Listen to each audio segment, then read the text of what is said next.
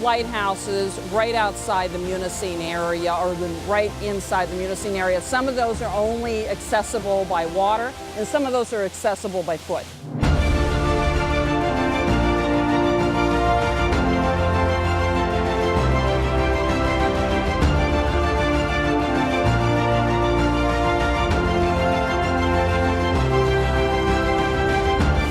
The East Channel Lighthouse is one of the most photographed lighthouses. That's only accessible by water.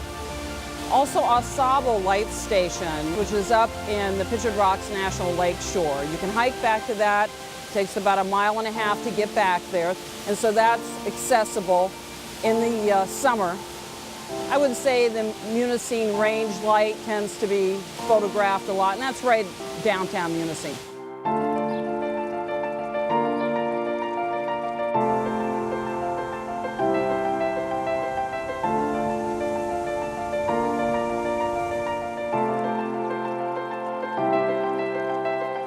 There's 16 waterfalls altogether that are listed on maps.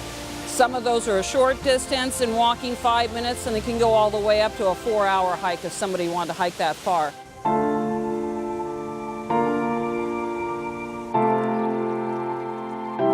Probably the 3 more popular ones are this one, which is Wagner Falls, which is a 5-minute walk. It has several creeks that go off of it, and then smaller waterfalls that are unnamed that go off of Wagner Falls.